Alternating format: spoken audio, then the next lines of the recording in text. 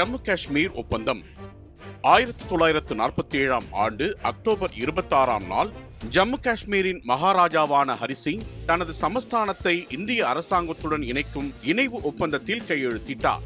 இதன் மூலம் ஜம்மு காஷ்மீர் சட்ட ரீதியாக இந்திய தேசத்தின் ஒரு பகுதியாக மாறியது.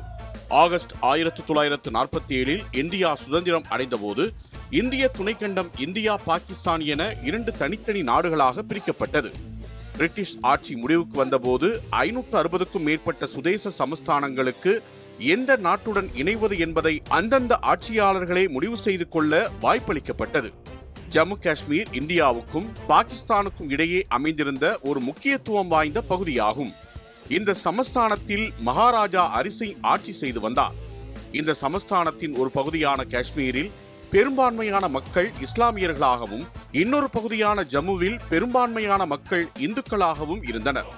மகாராஜா ஹரிசிங் உடனடியாக எந்த நாட்டுடனும் சேராமல் ஜம்மு காஷ்மீர் மக்களின் நலன்களுக்கு எது உகந்ததாக இருக்கும் என்பது குறித்து தீவிரமாக பரிசீலித்து வந்தார்.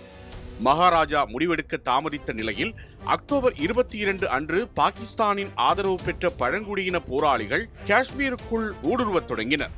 பொதுமக்கள் மீது கொடூர தாக்குதல் நடத்தியபடியே இந்த ஊடுருவல்காரர்கள் ஸ்ரீநகர் நோக்கி விரைவாக முன்னேறினர்.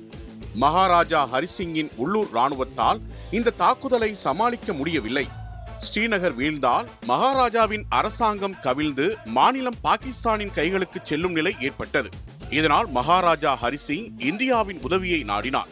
இந்தியாவின் பிரதமர் ஜவஹர்லால் நேருவும் உள்துறை அமைச்சர் சர்தார் வல்லபாய் பட்டேலும் பேச்சுவார்த்தை நடத்தியதை அடுத்து மகாராஜா ஹரிசிங் அக்டோபர் 26 இந்தியாவுடன் இணைவதற்கான ஒப்பந்தத்தில் கையெழுத்திட்டார். இதையடுத்து இந்திய படைகள் ஸ்ரீநகருக்கு சென்று ஊடுருவல்காரர்களை விரட்டியடித்தன.